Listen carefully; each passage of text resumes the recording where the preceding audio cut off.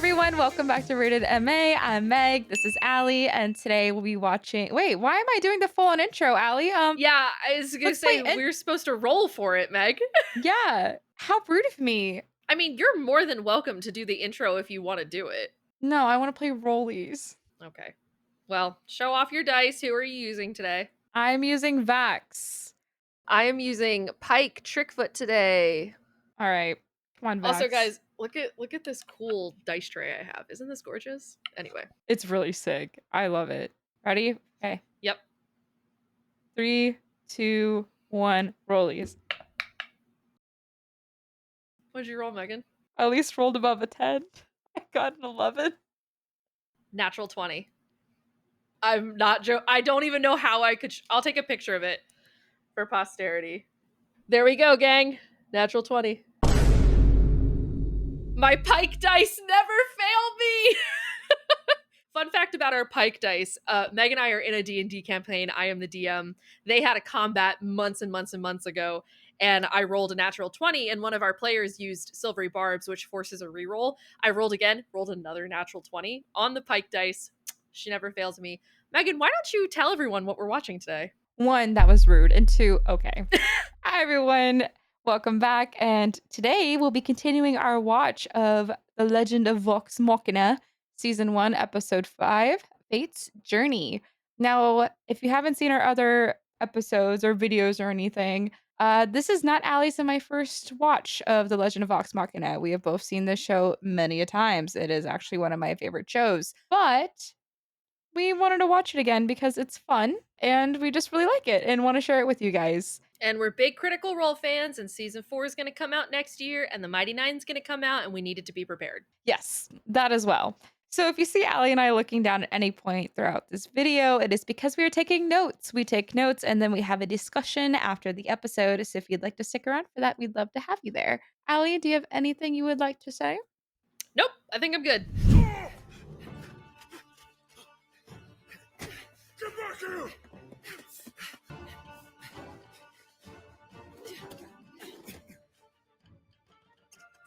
Oh. Come on! It can't be far!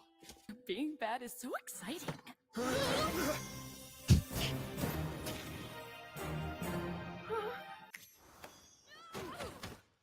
Ow. A quick stop at your store on our way out of town. While it was Mm. closed, I assume you were going to leave an IOU? Of course, darling. You know us. Oh, all too well. So explosive arrows. Dagger, Dope. Dagger. Dagger, dagger, dagger. Perfect. I don't want to know. No, that's a lie. I absolutely want to know. What's this all about? We kind of pissed off a vampire. Fugitives. Oh. She's me for real. Direction directs to- I have gotten my finger stuck in those before. Need some help, love? I'm fine. Thanks. It's okay. I'll just stay this way for forever. Oh. I wish men were real. Cool. Thanks, Vax. It was the way he looks at her. Ah! Local man caught yearning. Only if we saw his hand just clench. Like a friend. The Pride and Prejudice. Check it out. We got a good deal on the cart. Practically, literally, a steal.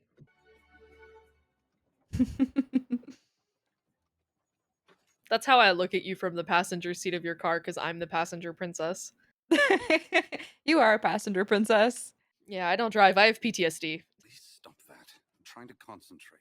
Oh, is that what you're doing? I thought you were practicing your resting bitch face. You're heading home. Figured you'd look happier. This isn't a homecoming. For the record, I have a magnificent bitch face. Do you now? Yes, I do. Something called a zipper twat. Zipper Okay, twat. yeah, actually, I think it's a ziggurat. Ziggurats were ancient structures used for contacting gods. Huh. Oh, his little smile. I love him. Oh, this part is so cute. Are you crying? No, Pug said I can talk to her even if she's not here and I'd feel her. I'm more worried about us without her.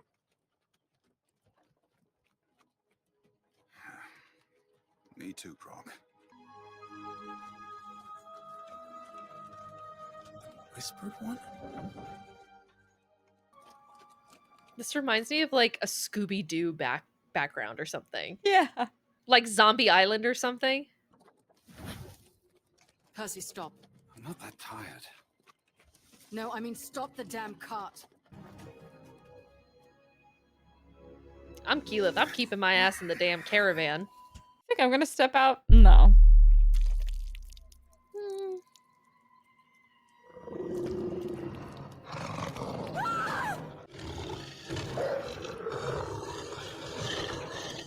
Wow, I just thought of like a deep cut. You know what they remind me of in when they're just kind of silhouetted like this? Did you ever see The Road to El Dorado? Yes. They kind of remind me of the big monster that they turn into at The Road to El Dorado. It's like almost like a big panther, like a gold panther. That's kind of what those creatures remind me of. I can see it. Man, that's a good movie. We should watch that for our channel. I fucking love Road to El Dorado. I have not seen that movie in years. I would be down. You know what else we haven't seen in years? Atlantis and The Lost Empire. I'm adding those to our list as we speak. You're gonna tell me it was such a good time, and I'm here for it. Oh, and Treasure Planet. I've been meaning to rewatch Treasure Planet and I haven't watched it in forever. We should totally do those movies. I love Treasure Planet. You know what else we should do? We're still watching the show, I promise. We should do Anastasia. I do love Anastasia. I'm down for that. Dimitri, say less. Meanwhile, Scanlan's freaky ass. You know, you think you would just never be surprised by Scanlan ever again, but he just keeps you on your toes. Come on, Percy, faster! This thing was not built for speed. Did you just hear me? I'll take the big one! I'll take the other big one.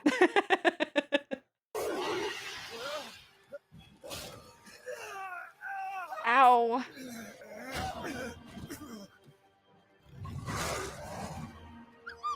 That's for Pike!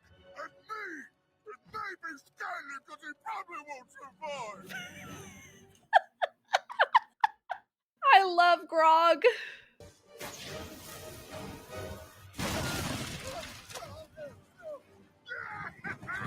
Thanks, Gilmore. Mom, are they going over the cliff? They're not the only ones. It's God Scanlan. We have no choice. I am not dying to save that nerve. Shoot for his head! Nick! Dick! Come on, Vex! No one breaks balls better than you!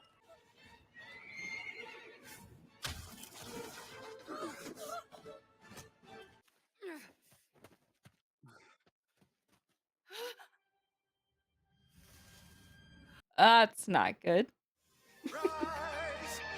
Mighty Scanlan, rise! If it was me, I'd have come up with a middle finger. I know he does that later in the season, but that would have been so funny. Yeah, when I die, it'll be the way the gods intended. Choked to death by a disgruntled pimp. He said choked to death by a disgruntled pimp. I can't stand his ass.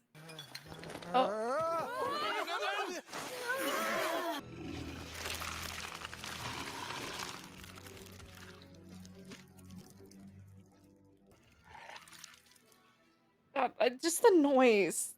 Yeah, the slippery flesh noise. Yeah, it's gross. We have a schedule to keep, but the residuum needs to be pure. Do not forget that. The dinner guests you That's requested. right. Ah, splendid. Supper first. Then you'll need to change into more formal attire. Everybody say, hey, Laudna. You've been chosen for a very special event. They're so fucked up. Yeah, they're foul. Like a child? You're supposed to hate them. They do a good job of making you hate the villain. Yeah, they do such a good job. But that's a whole nother level fucked. Like, what the hell, Matt Mercer? Well, that's actually Taliesin Jaffe. That's part of Talison's backstory, not Matt. Matt took it and moved it. Whoops! A little too much. Oh my gosh! Oh, sorry. You'll probably get your shit together eventually. I never understood why Vex was so much of a brat to Keyleth. I really never did get it. Because she's not jealous. No, I don't think she's jealous. I think she sees the fact that Vax clearly very much cares for Keyleth, and she cares, of course, a ton about Vax. So I mean, at first it could be a little bit of jealousy because, The like, feeling like you her might take brother's my no brother longer. away. Yeah, exactly. It makes Yeah, them because they had handsomer. each other. Oh, I like it. Navosh, Navon, Clue, Mehon. Wow! I like that even more. Yep, now I'm confused and aroused. Hands off. Full-size Scanlan is cursed. Make him short again. This forest reminds me of home a little. Your home must be nice. Vex is right. Maybe I'll never get my shit together. Don't listen to my sister. I know you care about others. You and I are just That's like. what makes a great leader. Kiki, I believe in you. Thanks. Like I said in a past video, if y'all think that I couldn't ship people more than Cassian and Vix, you're wrong. Yeah, Keyleth and Vax are like one of my favorite couples of all time. Mine too. Just Like, behind Caleb and Essek from campaign just 2. just thinking about them, I'm actually kind of like tearing up a little. I'm not lying. Dude, getting to campaign 3 is so hard. Like what they go through. My god. Yes. Anjali Bhamani, I love her. I need the Everlight. She's a critical role friend as well. I was helping my friends battle a dark mage and she cracked my holy symbol and I haven't been able to connect or heal or do anything and now I think I'm cursed. A curse, you say? Help me. Please? How about, what's the strangest creature you've ever killed?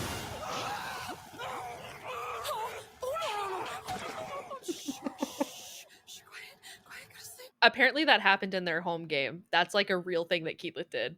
Hands down, the worst This. monster I've ever faced. So what? Huh?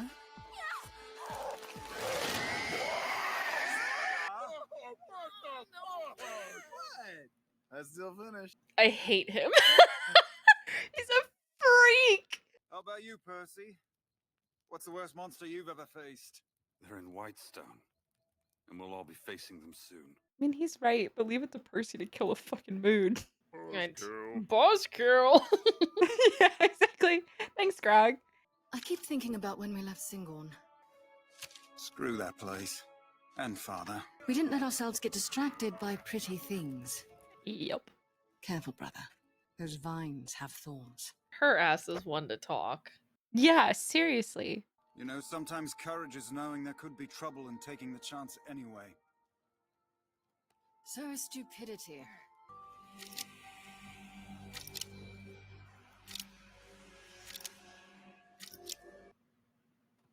I really thought that was going to be the end for a second. I was like, excuse me? We probably don't have much longer, though.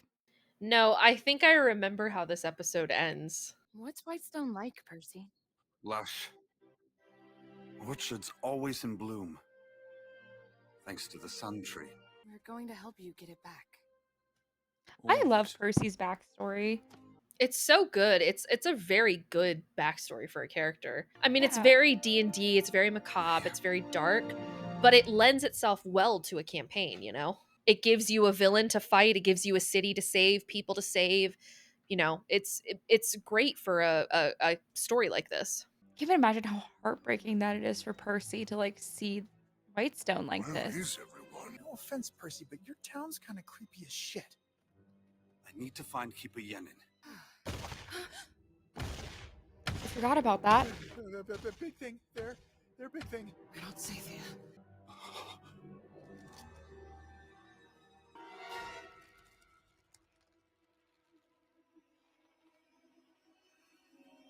And they're dressed like them.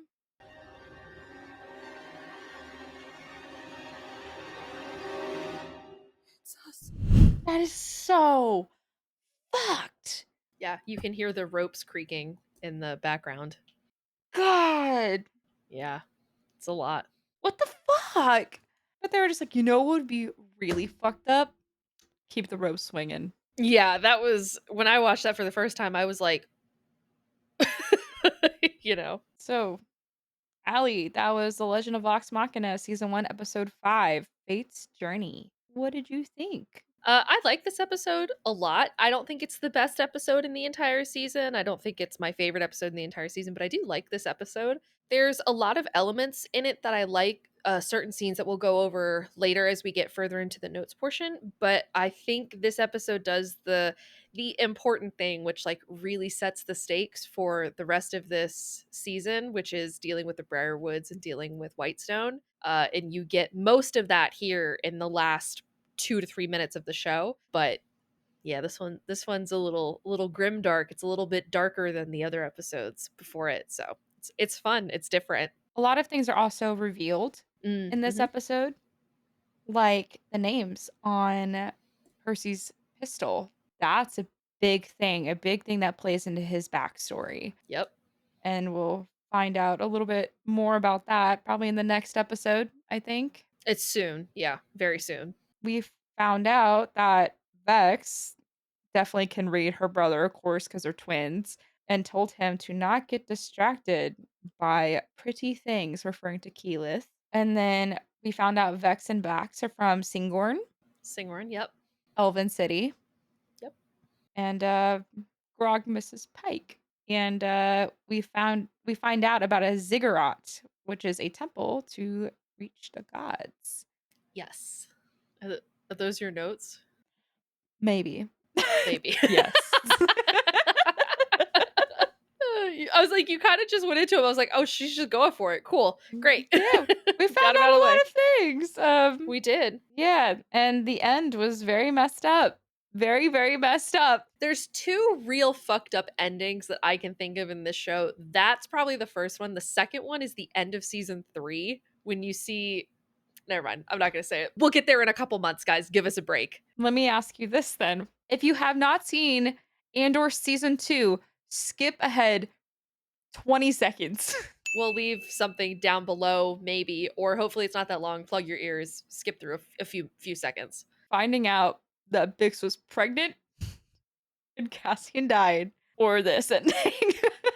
I think finding out that Bix had a kid was worse for me personally, but also, what about the end of season 3?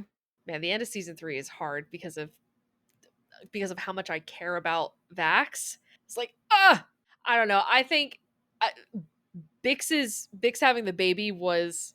I haven't cried that hard at a movie or TV show in a hot minute. That made me cry so bad. So I would probably still go with that, but... Okay, I just had to ask. Okay, guys, it's safe to come back now. Hi, welcome.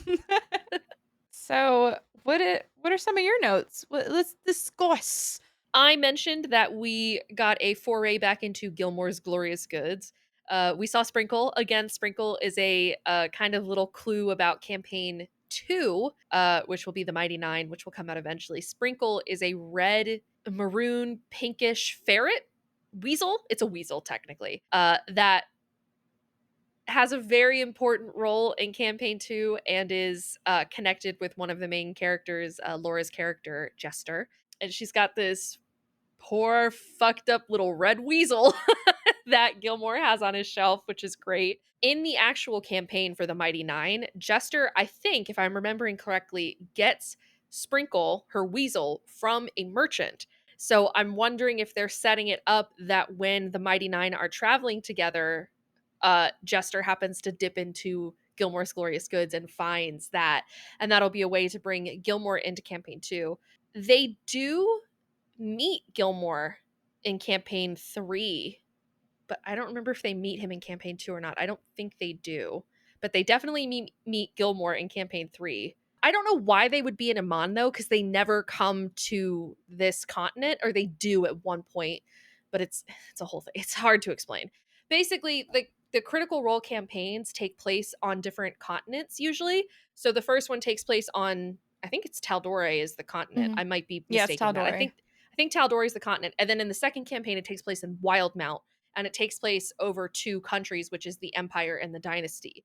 And then also like Nicodranus and like the Menagerie Coast. So that takes place in like fantasy Europe, basically, which is really fun. So there's no real reason why Jester would be in Amman, but if they sell sprinkle, they sell weasels in all of Gilmore's Glorious Goods. It's a chain. She could find it in another Gilmore's Glorious Good. So I don't know.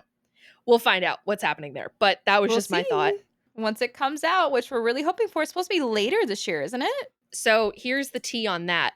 When Meg and I are recording this, it's very early July. Tomorrow's actually the 4th of July. Today's July 3rd for us. They are supposed to have a panel this month in July. People think they're gonna drop a trailer this month and they'll have a release later this year because Vox Machina has come out in like January, February for the last couple years because it's had a season come out every year. And so they're thinking Mighty Nein might be late fall, early winter. Lines up when we're done with Vox Machina. There are rumors that they might have a trailer coming out at a convention soon. We also kind of got a much heavier-handed look at Keyleth and Vax. Obviously, if you've watched this series with us, you might have picked up on the fact that Keyleth and Vax are a couple or end up together because Meg and I can't stop talking about it. Keyleth and Vax are romantically entwined throughout the show. Spoilers for those who are not familiar. My favorite couple. Yeah, they're super cute. We love them to death. In this episode, you really kind of get to see it.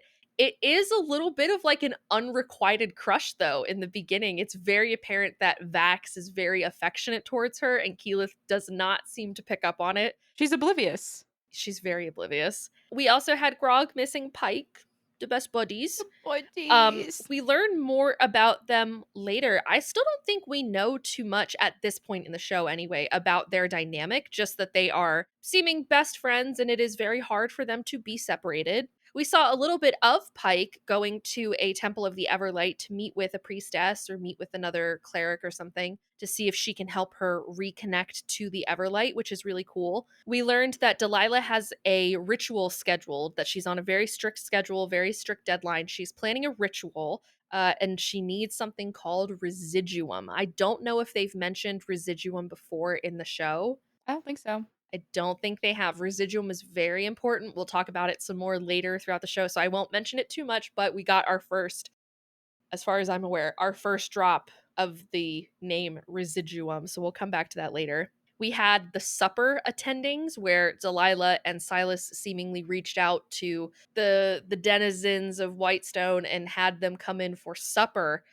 We saw the young girl who was given the symbol of the Everlight. We saw, obviously, that they were then killed and hung from the sun tree. That is also a nod to Campaign 3, as one of those people that was killed in the sun tree hangings is a main character in Campaign 3. What? Miss Laudna. Miss Laudna. Did you not know that? You didn't know that? Yeah. Laudna is one of the victims from the Sun Tree. She lived in Whitestone and she was like in her early 20s and she looked like Vexalia and they cropped her ears to make her look like a half-elf. She was a human, but they cropped her ears to make her look like a half-elf and they killed her. And when, spoilers for the rest of this season, when Delilah was killed, a big like necromantic burst went out and it brought Laudna back to life. Laudna's a sorcerer and Delilah is her patron. She's a sorcerer warlock with Delilah as her patron. She holds the spirit of Delilah within her. You didn't know that? How have we not talked about that? And it's funny too, because Marisha wanted to be the Pike. She wanted to be the kid, but Matt was like, babe, that's a little too fucked up. So she ended up playing the Vex character. That's a little too fucked up. Yeah, good call, Matt. Good call, Matt, on that. Matt was like, babe, that's too far. And then Laudna is like the craziest undead monstrosity. She's my favorite Marisha character, which is hard because I like Keyleth and I love Bo, but Laudna is so much fun. Yeah. So don't worry, you'll see the Sun Tree again in Campaign 3. Because I know they go to Whitestone. Oh yeah. They go to Whitestone because Laudna gets killed and they want to revive her and Pike has to bring her back to life. And Percy wants her dead because Delilah lives within her. And Percy tries to fucking nuke her. And then when Vex finds out that that Laudna was only killed the first time because of her, Vex basically lets them go. You need to watch Campaign 3, dude. It's great. Anyway, spoilers for Campaign 3 of Critical Role. You find that out early too. You find that out in like episode 17 of Campaign 3. I will be watching this. Okay. It's good. It's great. So yeah, having the supper is really important for future Critical Role projects because it alludes to one of the main characters for Campaign 3, which is great. I made a comment about this, and Meg also talked about this. Vex's attitude towards Keyleth. For me, it stings a little because I don't like people who are mean for no reason, and I don't necessarily like characters who are mean for no reason. I feel like Vex has an attitude that I don't particularly like. It's not my favorite. That's why she's towards the bottom of my list. Yeah, in terms of like Vox Machina characters, I think Vex is my least favorite, and I think it does have to do with her attitude. But just something about Vex's attitude has always vexed me, if you will. It's just not my particular favorite. But then again, I don't really care for Percy's attitude too much either. But then again, I don't like a lot of Talison's characters because they all have the same kind of attitude issues. Every one of them except for Caduceus Clay, who is from the Mighty Nein. Which is why Caduceus is my favorite of Talison's characters. So like Percy is probably like my second favorite, but it's Percy, Ashton, and Kingsley and Molly are all tied for second under Cad for me, but that's a whole other thing. Regardless, Vex's attitude towards Keyleth, we kind of see that the twins are splitting apart. They clearly do not see eye to eye about this subject, which is interesting.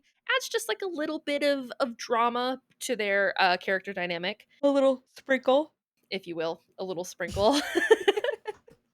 We also had the group bonding scene, which I really liked. I think that's a really good way to show how isolated Percy is, or maybe how isolated Percy feels. And I also made a note that maybe it's because he's the only one that really understands what they're up against. Like, he's the only one that truly understands what the Briarwoods are capable of. And I don't think the rest of the party learns until they see the Sun Tree and they see what Delilah and Silas will do. It's one thing to hear about it. It's another thing to see it.